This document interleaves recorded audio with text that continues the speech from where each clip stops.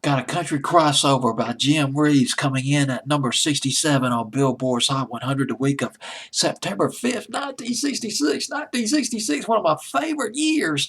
And I got to tell you, man, check this out. At number, let's go down. Gosh, dog, man. There's Cherry Cherry by Neil Diamond's on here. Let's see. Distant Shores by Chad and Jeremy at number 59. Baby by Carla Thomas, a great soul classic at number 65. But get this, the variety. The variety. This says it all right here. At number 68, up from 84, You're Gonna Miss Me by the 13th Floor Elevators. One of the ultimate garage slash punk records.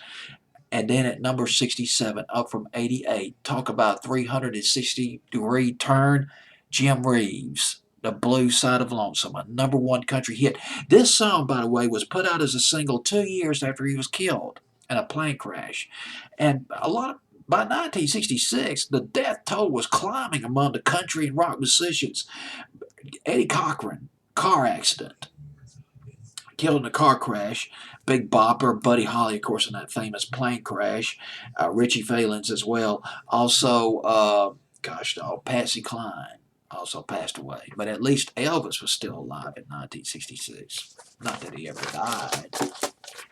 Still holding on, keeping the flame for the king.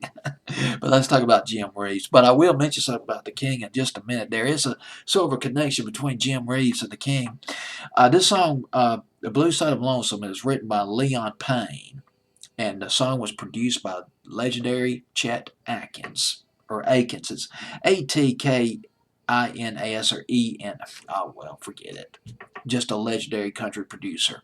As a matter of fact, speaking of country, Jim Reeves, he was he was one of the founders. I can't think of the right word. One of the creators of the Nashville sound. Traditional country mixed with modern pop elements.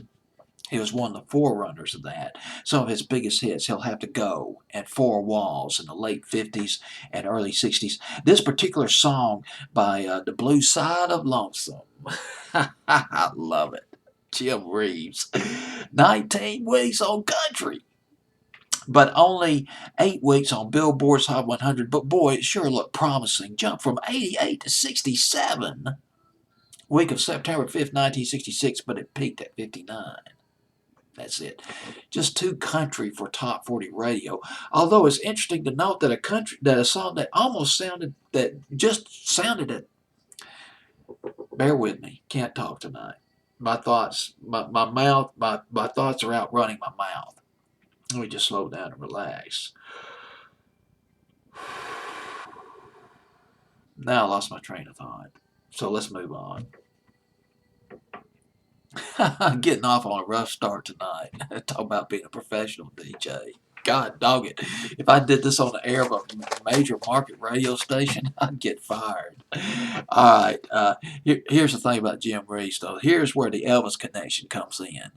1955, Jim Reeves was signed to the RCA Victor label by no other than Steve Sholes. Steve Sholes, the same guy who signed Elvis to RCA Victor the same year, 1955. And he produced some of Jim Reeves' early records, as well his early hits for RCA, as well as Elvis's.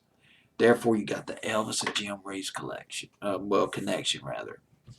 All right, where was my train of thought a few minutes ago? Oh, I think I've already. Oh, well, forget it. Let's go ahead and play the record. This is Jim Reeves with The Blue Side of Lonesome.